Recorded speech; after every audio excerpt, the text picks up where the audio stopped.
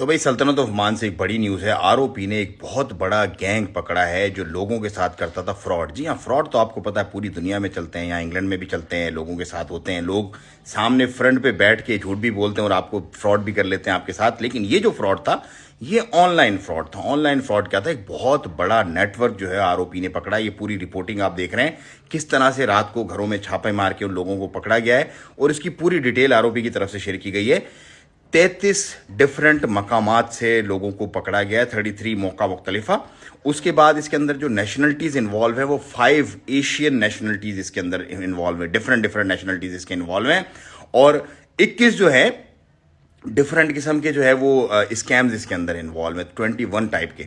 मतलब मैंने आपको कुछ स्कैम्स के बारे में मैं ऑलरेडी बताता रहता हूँ। जैसे व्हाट्सएप ग्रुप बनाते हैं, उसमें आपको ऐड करते हैं, फिर वो कोई शोशा छोड़ देते हैं, जी हमारा ये आ रहा है, हमारा वो आ रहा है। इसी तरह कोई डिफरेंट किस्म की स्कीम्स होती हैं, डिफरेंट किस्म के लिंक्स होते हैं। ये सारे जो रिलेटेड है ये ऑनलाइन स्कैम से रिलेटेड है। भाई आपका गिफ्ट निकला है, आपका जो है वो बैंक अकाउंट हमें नंबर दें, हमें वो भी अभी आपके पास एक ओटीपी आएगा, वो ओटीपी आप हमसे शेयर करें।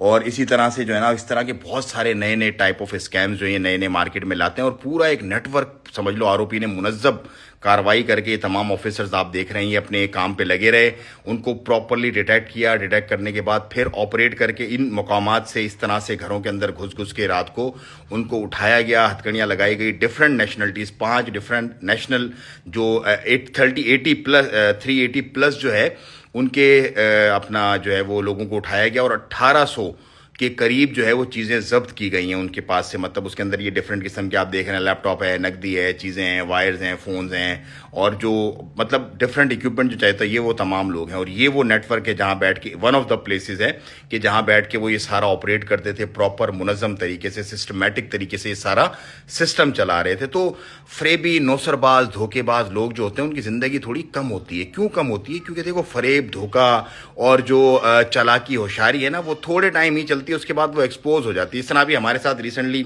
एक मामला हुआ है इंग्लैंड में, वो भी मैं पूरी डिटेल आपके साथ शेयर करूंगा। ये फरेब, धोखा और जो है वो अपना सारा का सारा जो है वो लूटने का चक्कर। हालांकि अच्छे भले वेल ऑफ लोग, लेकिन जाहिर सी बात है दौलत ऐसी चीज़ है जो इंसान को अंधा कर देती है।